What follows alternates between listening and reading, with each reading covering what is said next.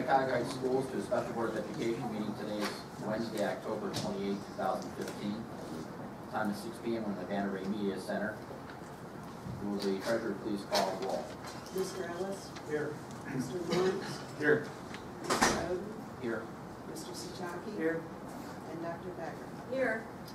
Can I have a motion to approve the agenda? So moved. Second. Moved by Dr. Thacker, second by Mr. Souchaki. Any discussion? None. Will the treasurer please call the roll? Dr. Thacker? Aye. Mr. Souchaki? Aye. Mr. Ellis? Aye. Mr. Lawrence? Aye. And Mr. Oden? Aye. Motion approved. We are here for a special meeting business. We have a presentation. It's an update on the district's audit and ongoing investigation.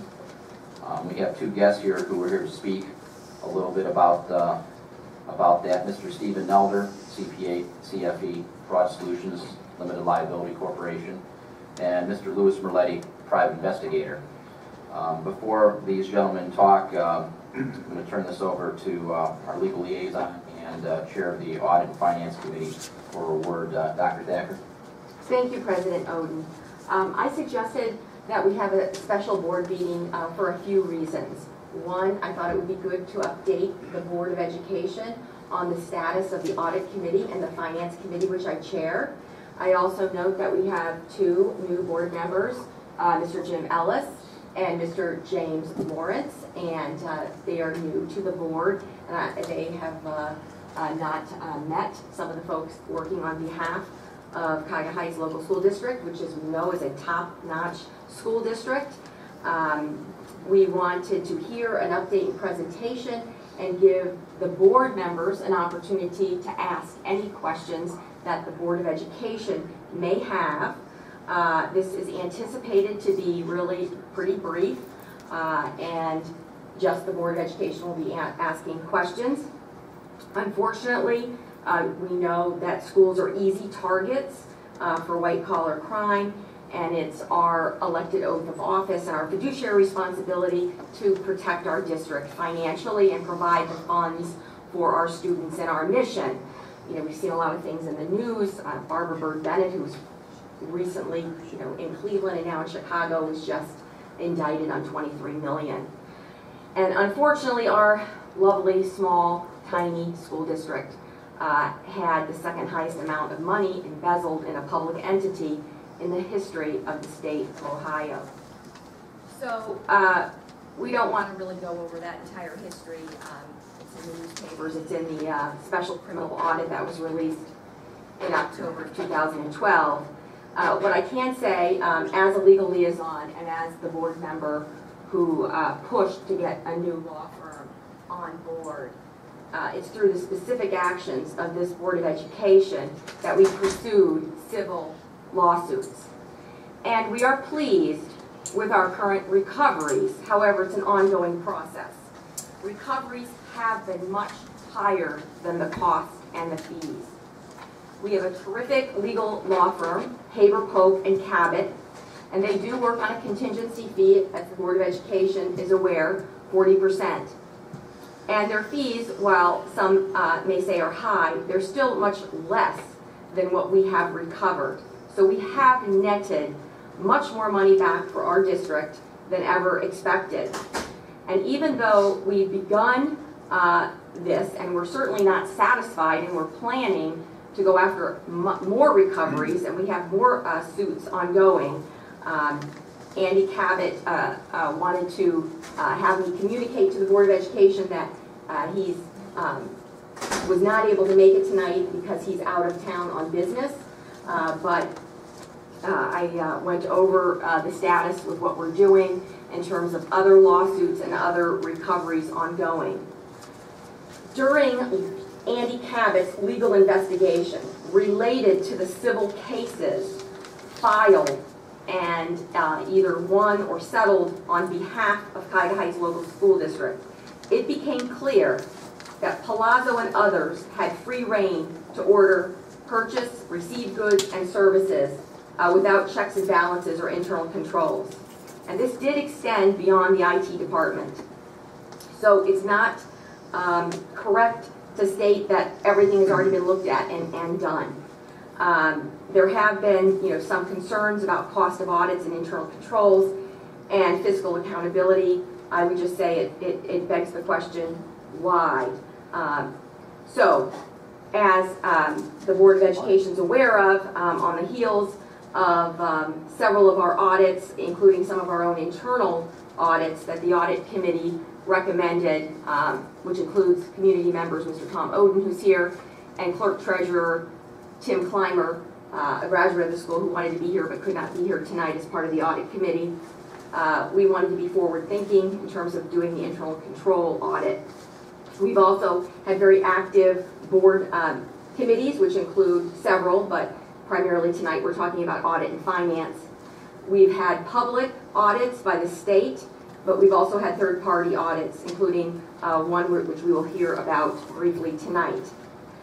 So it was Mr. Andy Cabot, our legal counsel, that advised us to look into certain irregularities identified by the legal proceedings. And it's certainly one of the election promises. I know, you, Board President Tim Oden had that as a promise, and so did other board members like Roylene Sample and Victoria Bowden as well. So this brings us here today to get a brief report from the experts on the work that they have conducted and the findings that they are able to discuss. And so the focus of this inquiry was based on prior audit recommendations, was to establish fiscal controls in the Treasurer's office. And it was Andy Cabot who brought a private investigator to the Board of Education Executive Committee on his advice for us to do further evaluation and hire a PI. And all the board members were present. I understand there was a recent campaign event where Mr. Shiitake had mentioned that didn't know Mr. Merletti, or that Mr. Merletti was a close personal friend of mine, which I never had the opportunity to meet him. Bring this up at this time, Dr. Thacker. Well, go on with your speech, please. He's being introduced, and I had no knowledge of Mr. Merletti. It was only through our legal counsel who recommended that. So with that introduction, Mr. Oden, I will turn it over to you to introduce Mr. Lou Merletti. Sure, thank you, Dr. Thacker. Mr. Lou Merletti is, he's here. He's the private investigator who was referred to us by Mr. Cabot, and he is the one who in turn referred Mr. Nelder, the forensic accountant, in our inquiries. A lot of people have asked a lot of questions about information that we're not allowed to discuss. I do want to say that in any decision that I've ever made, I've consulted with Mr. Merletti on this particular stuff and Mr. Nelder. Mr. Merletti, he's the current Senior Vice President for the Cleveland Browns. He's currently responsible for all stadium operations and directing the design and deployment of security for the entire Cleveland Browns operation, including the owners, the coaches, the players, the stadium, and the Team Berea training facility. Mr. Merletti, he first enlisted in the U.S. Army in 1967, and in 1974, he joined the Secret Service as a special agent assigned to the Philadelphia office. Mr. Merletti has served and held the field of, he's worked with Presidents Ford, Carter, Reagan, Bush, and Bill Clinton, and he was the special agent in charge of the presidential protection during the Clinton administration, which made him responsible for protecting the physical security of the President and the First Family. He was also in charge of the supervising security arrangements for the visit of the President to dangerous environments such as Israel, Syria, Kuwait, and Saudi Arabia during the Operations Desert Shield. He was also the special agent during the Clinton impeachment trial. Mr. Merletti is somebody that I consider to be an expert when looking at this particular information, and I relied very heavily on Mr. Merletti and Mr. Nelder with the forensic analysis.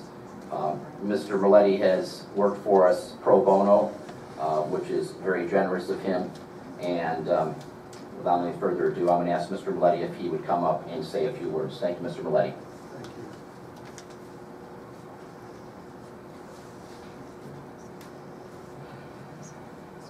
Thank you for the introduction. It's nice to be here this evening. I'm going to speak, well, you've heard a lot about my resume, and in the Secret Service, The first 9 or 10 years, I was an investigator. And that was the role I played prior to going into protection. So tonight I'll be speaking, obviously, from my experience as an investigator. And, you know, I think it was back in 2012 when I first heard of the, as we refer to, the white-collar crime that occurred here. But in reality, let's take the white-collar, I mean, it's a crime, okay? You know, I was interested in the story and I continue to follow it. And let me tell you, prior to even getting, you know, being invited here to talk with you all, I mean, when this was, what, 9 months ago, a year ago, what happened here in that crime is shocking. It is shocking. It was done from the inside, and it was a very large conspiracy. Now, that conspiracy was filled with criminal intent. I mean, make no mistake about it when you say white collar. This was filled with criminal intent. It was larger than any 10 bank robberies, maybe any 20 bank robberies. This was a large criminal enterprise. In fact, it was a total failure, okay, on the part of an accounting system. There was no checks and balances whatsoever. As Dr. Thacker mentioned earlier, this is the second largest embezzlement of money from a public entity in the state of Ohio, ever. Okay. Now, that's the stuff that books are written about. Okay. It's the stuff that the Harvard Business School uses in their studies to show what happens when you don't have your checks and balances, when you don't have your accounting system set up properly. You know, you all now as members of the board, you have, I mean, this is a huge position of trust that you all have. And it is up to you. You have a fiduciary duty to investigate not only what took place, but to make sure that you know exactly everything that took place. That's a fiduciary duty that you have, and each of you, actually each of you in the community, and each of the board members, you owe that to the school district, you owe it to the community, and most important of all, you owe it to the students. I mean, this is about transparency. What happened here was a complete lack of transparency. Now, let's flip it over on the other side for a minute and see, because I'm aware there's some adversity to this whole thing about me being involved. But let's go on that other hand now. When people, in my experience, when I find people that complain about audits, that complain about fiscal accountability, I have to ask why. I mean, why would you not want that? I mean, it's your money. Why don't you want to know that it's safe, that it's going to be used where it's supposed to be used, that it's to be used for these students, for your school district? You know, as a young agent in the Secret Service, as I said, all agents begin as investigators, and I really wanted to be a thorough, good investigator. And one of the things that I faced was when I was working a case, there was times in each case that I'd say to myself, have I investigated this enough? Is it over? Should I work it anymore? What I learned from a very senior investigator was when you question yourself like that, should I do more? Absolutely. That's the key to your success. Drive on. There's more there. You know, these investigations are not to be judgmental. You're to be following facts. You're to be following evidence. And that's what needs to be done. That's why this is not by any means something that should not be taking place. This is fiduciary duty. You know, I'd like to quote a gentleman by the name of Edmund Burke, who said that all that's necessary for the triumph of evil is that enough good men and good women do nothing. So we can't do nothing. We have to address this. We have to move this thing forward and make sure we're on solid ground.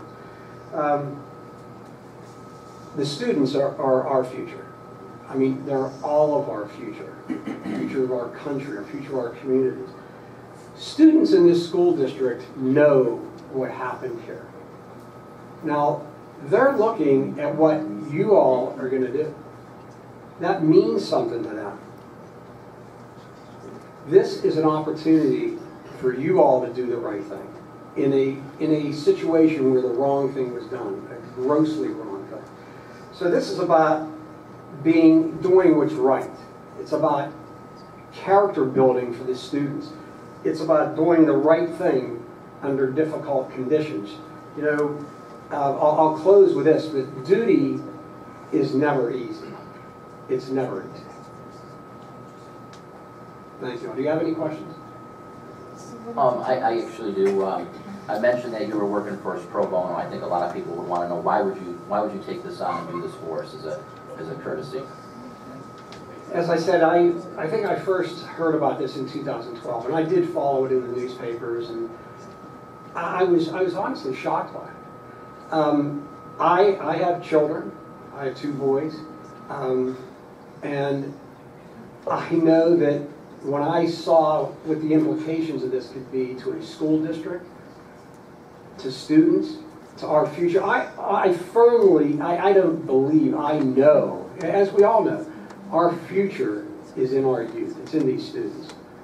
They deserve better. Now, I tell you, would it have been easier for me just to read this and move on and let you all handle it? Yeah, absolutely. I mean, there's adversity with me being involved in it. But it's the right thing to do. Just as I said, this is about duty. Duty is not easy. If it was easy, I mean, wouldn't we all love to be up there doing it? I mean, it's not easy. And I saw this as an opportunity for me to give something back. As you know, I've asked nothing in return. It's an opportunity for me to give something back to the community, to the country. I hope that answers your question. For us. What did you do for us? We're not asking questions. It's not open to public This is a questions. meeting We're going to of ask the your board. kid. He's not being paid though. Why does he get to talk and we can't? It's a special meeting of the board. The board's to ask questions. There are no public comments during Give the him a meeting. star. Mr. Merletti, I have a question. After Andy Cabot, our legal counsel, who's worked so hard to recover so much money for our students and the district, looked at things and recommended that he introduce you to our board, which he did several months ago. Can you describe to the board members the process of how you came to the plan or the recommendation that this school district needed a forensic auditor, which kind of segues into the next guest that we've asked to present? Well, obviously, I spoke with Andy. He provided all the records for me, and I reviewed them. I mean, it doesn't, you don't have to be an investigator to realize what you need is a forensic auditor in there. You need a certified fraud examiner. And I know what I believe to be the best here in Ohio, and that's Steve Nelder. So I know my limitations. I know what I can investigate. I know where my expertise is. As I said, I was an investigator. I was a polygraph examiner. I know how to evaluate what people are telling us. So that's where my expertise are the best. I am not an accountant. I'm not an auditor. So I realized right away, well, this is going to require the expertise of someone else. And that's why I brought Steve. Thank you. Next, President Oden will bring up Stephen M. Nelder, CPA, CFE. He's a certified public accountant and a certified fraud examiner. His career is in the prevention and detection of white-collar fraud. He founded Fraud Solutions, LLC to assist business owners, law firms, and publicly and privately held companies to combat white-collar fraud. He has over 20 years of experience assisting clients with issues of occupational fraud and abuse. He's been an internal auditor for several manufacturing and consumer companies, but since 1987 he's focused exclusively on conducting fraud examinations and, importantly, taking a proactive role in prevention and detection. He's got a very broad, diverse experience, and he has helped his clients recover in excess of $50 million in illicit funds as a result of his thorough and professional investigations. In fact, 50 million is a lot more than 20 million, which is what our current Auditor of State, David Yost's office boasts in his fraud prevention and detection program for state entities. So with that, I would like to ask Mr. Nelder to come up and give a report to the Board of Education. Thank you very much. Thanks for the kind words, so I appreciate it. I do take my work very serious, and I want to be the best forensic accountant there is, and I have recovered a lot of money for my clients. My background is 100% forensic accounting, and I think it's very important for everyone here. I would like to, there's been a lot of misnomers, a lot of misconceptions in the audit that I'd like to hopefully clear up. But forensics accounting is not your typical financial audit, where I'm going to test to see that the financial statements are fairly presented. I don't care. $1 million might be not materiality, but 50,000 is a lot to me, and I'm going to search it and find it and get it back at all if we can. Performance audit is something else that the school is familiar with. That's more like what I would call an internal audit, where you're looking at an operation or a function.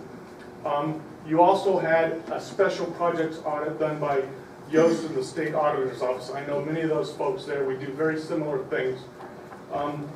I have been successful in getting money back, and I take pride in that. And there's been a lot of times said that this is a witch hunt, and I've been told that. I'm an auditor, over 25 years. I got to update my bio. I've been doing it over 25 years.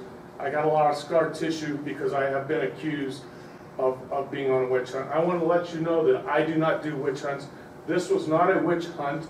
I believe prior to the fiasco of the former IT director, it was common to call it a witch hunt.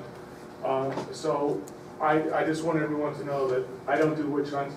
What was done was needed and necessary. I can get into some of those details. And I would like to think that had I been engaged in 2008, we could have stopped this bleeding much before preventing it and detecting it at that time. My audit was purchases and payments, and that's exactly what I would have done. If one of the first things I did was take the vendor history for 6 years, and I highlighted the fraudulent companies. And on the first 2 pages, it's very obvious of the bogus companies. And I would have hoped that my work would have found that and prevented a loss. Another misconception is that I was wasting taxpayers' dollars doing stuff that was already done. The State Auditor's Office looked at IT vendors related. It's very clear in the documentation that's public. I included those vendors in my analysis because they were part of the population, but I excluded looking at that detail. I looked at numerous other vendors. And some of the major findings that I come up with are good controls that need to be implemented, that had they been in place prior to the fiasco with Palazzo, it would have never occurred, or at least it would have stopped it, and it possibly could have been identified at a much earlier stage. Most frauds are detected within 18 months. That means that you have had an audit. That wasn't done in this case. It went on for over 4 years. But a couple of major things that I would like to point out. Part of the detection was something very simple as a conflict of interest questionnaire. Now sure, if you're a fraudster, you can lie all you want. But that uncovered a lot of the prior problems. That's part of my recommendations. We need a very, very robust conflict of interest questionnaire done, and it needs to be attested and affirmed by the employees and appropriate people on an annual basis. It prevents a lot of problems. The other big area, and I'm a stickler for this because it's where all shell companies, bogus companies, vendor validation. Vendor validation is very important. You got to know who you're doing business with. Like the banks are getting in trouble now with Frank Dodd because you got to know your customer. The banks are experiencing the same thing with knowing your customer. Well, vendor validation is the same thing. Know your vendors. And in the database I'm looking at, we don't have simple stuff. One of the things, without getting into all the detail, the report is on the website. You know, there's no tax ID number for numerous vendors. Well, that's very basic information that's important and that I use to validate a vendor. That's basically, I know we're on a kind of a tight time constraint. If there's anything else, I'd be glad to go into it, but I think all the details are out on the web. And I have a question. Yes. Mr. Nelder, Yes. the report that we posted to the website, it's a sanitized copy, meaning that it's not fully complete. Can you explain or at least give some rationale why certain parts of the report are something that we cannot release to the public at this particular time? Sure, there's certain details that I'm not at liberty to go into detail at this point in time. I've been asked not to give that information. And I don't want to give that information because it's not 100% concluded yet. It's still an ongoing process. Therefore, I don't want to make a statement that could be perceived as incorrect, or doesn't pass the smell test, or it's not correct, and I don't want to make that inaccuracy or mistake. You said it's an ongoing process. For those that are here, where does this ongoing process go at this particular time? In your opinion, how does it work? Several people are taking a closer look at some of the items. That would include Yost and the auditor of the state. That may include, but not limited to, the Cuyahoga County Prosecutor, the Ohio Ethics Commission. There's just a host of other government entities that may or may not be interested. I don't know. I don't know where they go. It's a one-side information. It's you give them information, they do not share information in return for that. How do we go about, how would anybody, here in the public go about getting an update if they wanted to talk to any of these other agencies? I'd be glad to reach out to them on behalf of the board and see if I can get any status, but I can tell you from past experience that they're very reluctant to give out any information. But I can certainly attempt. I know several other folks in that arena.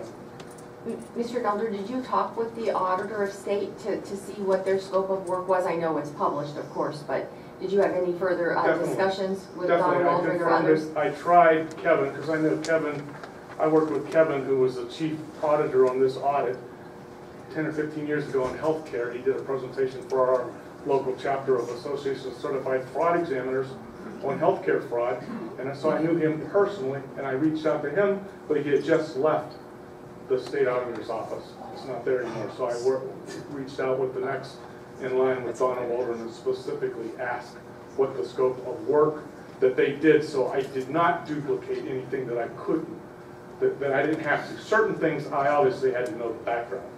For example, transactions approved by Mr. Plaza that weren't even IT related. That obviously is a red flag, and I got to take a much closer look at those types of transactions. In your experience, how long does something like this, based upon the information that you passed on to certain agencies, how long does something like this carry on until we're able to bring Very interesting closure? question. I've seen it happen as much as 3 months, and I'm working on stuff now that's 2.5 years later, and we're not an inch closer. So it's... One of the common statements that we've had is that, oh, everything's been already looked at and all the internal controls are already verified. Can you tell us where you think our greatest risks are from the report, and what the audit committee and the finance committee needs to focus on to make sure that we don't have faulty vendor verification? I'm a stickler on vendor validation. Vendor validation, it all starts with the purchase and payments. When you set up your vendor, you got to know who they are. Is it a shell company? Is it, there's companies that are sold in Wyoming. There's an address that has 2,000 shell companies. They're very common. You just got to validate them in the public domain. At a minimum, and you already do this, is get a W-9, which gets them to certify under penalty of perjury that they're at least giving you the right social security number and/or federal employee identification number. You're doing that. But you gotta go further than that, because I know, and I've had this happen on numerous occasions, W-9 submitted, you go to validate the taxpayer identification number, and it's bogus. That happens. There's data out there that you can match those numbers, and that's one thing that I would like to work with the Bonefish Systems, if those people are willing. That's one way that they can make their product that they sell to lots of school systems throughout the state more robust, is by having a TIN matching feature to their software. Now, you mentioned the conflict interest policy, which I actually introduced in early 2011, which allowed me to get enough information to go beyond the auditor's state and go to the sheriff's office. Yes. And you found that that has not been continued to be going Well, on, even though that's our board policy? Couple of things I found. There were conflicts, that there were questions asked that weren't answered. There were reported conflicts made in those conflicts that were never investigated. I could never find a report of anything being done to determine if there was a financial disclosure that should have been made or should not have been made. And it was not done on an annual basis. I have found throughout my career that corporate policies, it's great to have them, but if the guy didn't know that it was against company policy for him to go out on the weekend and take his family out to dinner, and he didn't know that, and he got reimbursed for 5 years in a row, and he never read the policy that that's against the rules, and he doesn't sign the disclosure stating that that's against the rules, that it can work against you. That has not been done. We need that. You need an ounce of prevention is worth a pound of cure. So just go to that trouble to get the conflicts done on an annual basis, and you eliminate that excuse that I didn't know, because they attest that they read your conflict of interest policies and code of conduct and ethics. And can you speak to bids and quotes? I know that some of it's obviously governed by ORC, some of it's policy, and you're making recommendations to our Board of Education to change some of our policy? Exactly. Under the Ohio Revised Code, I think $25,000 you're required for certain things, because I don't know all the schools. All I know is what makes common business sense. $25,000 requires an RFP, request for a proposal. They're very tedious to do. I don't blame anybody for not wanting to do them and get around them. I would try to get around them if you could, but you can't when you're dealing with the government if it's $25,000. But that's too high of a frame in my network. I think anything $3,000. If anybody in this room is going to go buy something, buy a new car, it's $20,000, $25,000. They're going to go find out where they can get the best price. The school should be doing that with their money as well, no matter what it is. Certain things are already approved, or it's been approved and it doesn't have to be done. But everything else, you should at least have an informal quote policy to be part of the packet. So we currently have a policy that we have to get bids for anything 10,000 or more, unless it's already exempt through other cooperative purchases. But we've had a first reading of having that down to 3,000, and that's what the audit committee recommended. Mr. Ellis, you're on that committee. Do you have any comments? Well, I think it's based on Steve's recommendation. Yeah, it's really your guys' call. If that's too strict, because you know your purchasing history. Well, I know it pretty well now too. But certain things I'd want $3,000. I'd want a $3,000 bid. Certain things? What do you mean by certain things? Certain services. If it's going to be $3,000, I would want 3 separate quotes. Email quotes, a price list from the company, Home Depot. I'd want something to give me assurance that I've checked to make sure that I'm not getting ripped off. And a lot of times you get lower, when you ask for those, you get lower numbers, because people want to give the business. Exactly. And I mean, every purchasing department's different. This one doesn't have a real strict purchasing department. But you can always say, hey, look, you're too high. I've already got other quotes, and they may come down. You're going to save money by taking that time and effort to do that, which has been lax in the past. I want to make sure I understand this correctly. You're saying that none of the work that you did in terms of audit was duplicate of basically what was the special projects audit during the original Palazzo investigation. You're saying that you were pretty much auditing things that had not been done or covered by previous investigations. Is that what I'm hearing you say? I can say that with qualification. I did not sit down with the audit work that was done and go through every work paper to determine what was done. But I can tell you that I did not focus on the 17 vendors that were in my scope, and all other vendors were open purchases through payment. And can you just make a statement about vendors, because we've had some complaints about vendors being a pejorative term.